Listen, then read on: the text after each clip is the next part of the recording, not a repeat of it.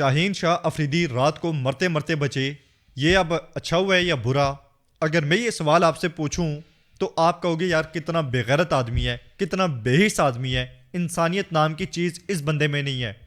اور آپ کا یہ کہنا بنتا بھی ہے اگر میں اس طرح کی سٹیٹمنٹ دوں۔ اب رات کو شاہین شاہ افریدی بولنگ کر رہے تھے، 17 اوور کی تیسری بال تھی I think, van der Dussen strike پہ تھے، ان کی ایک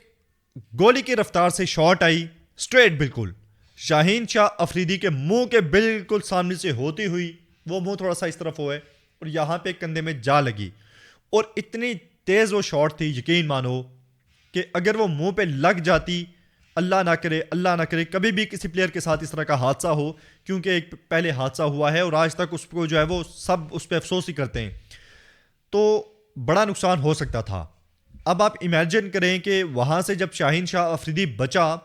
تو ہمارے پاکستان مطلب پورے گراؤنڈ میں سناٹا چھا گیا،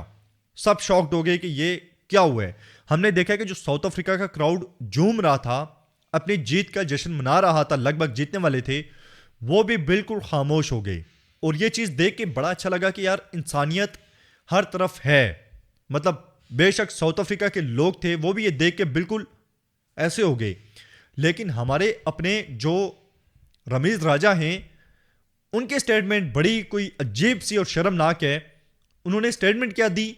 کہ شاہین شاہ افریدی کے منہ پر بال لگتے لگتے بچی، یہ اچھا ہوا ہے یا برا ہوا ہے؟ اب آپ امیجن کریں کہ اس طرح کی سٹیٹمنٹ کون دے رہا ہے؟ رمیز راجہ، جن کو ہم نے دیکھا ہے کہ کل کمنٹری میں جو پرسوں میچ پاکستان ہارا ہے رضوان کی وجہ سے، وہ اسے کہہ رہے تھے کہ wonderful innings comes to an end. یار رضوان نے میچ ہروایا آپ کو، اور اس سے پہلے ہم نے ایک دیکھا تھا کہ جب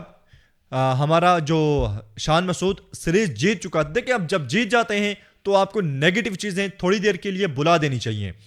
تو وہاں پہ اس سے پوچھ رہے تھے کہ آپ نے یہ جو اتنا شرمناک ریکارڈ ہے اسے کیسے اچیو کیا ہے، وہ جو آپ میچ ہارے تھے آسٹریلیا سے، بنگلہ دیش سے، اور اس سے پہلے ایک میچ انگلینڈ سے جو پاکستان ہارا تھا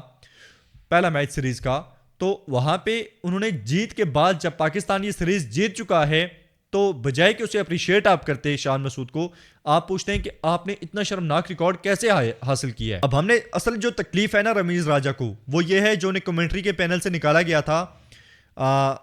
محسن نقوی کی طرف سے۔ محسن نقوی نے آنے کے بعد انہیں نکال دیا تھا کمنٹری کے، جو سارا سسٹم پتہ ہے ہمیں کہ خان صاحب کے لگائے ہوئے تھے رمیز راجہ، اس کے بعد نہیں بنتی تھی محسن نقوی کی، محسن نقوی نے انہیں نکال دیا،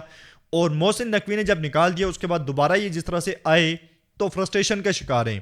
اور وہ فرسٹریشن بجائے کہ آپ نکالیں محسن نقوی کے پورے سسٹم پہ، آپ نکالنے شروع ہو گئے ہیں ان پلیئرز پہ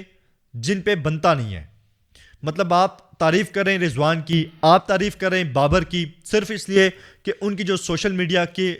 سپورٹرز ہیں بہت زیادہ ہیں، تو یہ دوغلا پن ہے، منافقت ہے۔ آپ نے اگر بات کرنی ہے کھل کر کریں، پاکستان کے سسٹم کے اگینسٹ بات کریں، محسن نقوی کے اگینسٹ بات کریں، لیکن وہاں پہ آپ کا منہ نہیں کھلتا، کیونکہ آپ کو پتا ہے پھر آپ سے یہ جو نوکری ہے یہ چلی جانی ہے۔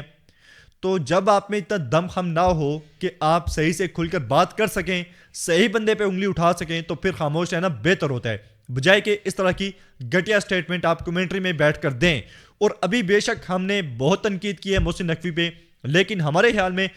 اس وقت رمیز راجہ جیسا شخص کمنٹری میں نہیں ہونا چاہیے پاکستان کی طرف سے، کیونکہ مسلسل آپ پوری کمنٹری اٹھا کر دیکھ لیں، جو ان کے پسندیدہ پلیئرز ہیں انہیں سپورٹ کی جا رہی ہے اور دوسرے پلیئرز کو روندا جا رہے ہیں، کوئی اپریشیٹ نہیں کیا جا رہا، بے شک وہ اچھی بولنگ بھی کر دیں تب بھی۔ تو میرے خیال میں پاکستان کرکٹ بورڈ کو اس وقت رمیز راجہ کے اگینسٹ یہاں پہ سخت ایکشن لینا چاہیے، کیونکہ جو پلیئر ہوتا ہے وہ پاکستان کی عزت ہوتا ہے جب وہ کھیل رہا ہوتا ہے گراؤنڈ میں۔ رمیز راجہ کے اسٹیٹمنٹ کے بارے میں آپ کیا رائے رکھتے ہیں، ہمیں آپ کامنٹ میں بتا سکتے ہیں۔ ویڈیو پسند آئی تو ویڈیو کو لائک کر دیں، چینل کو سبسکرائب نہیں کیا ہو تو پلیز سبسکرائب کرنے کے ساتھ ساتھ گھنٹی والے آئیکن کو دبانا مت بھولیں۔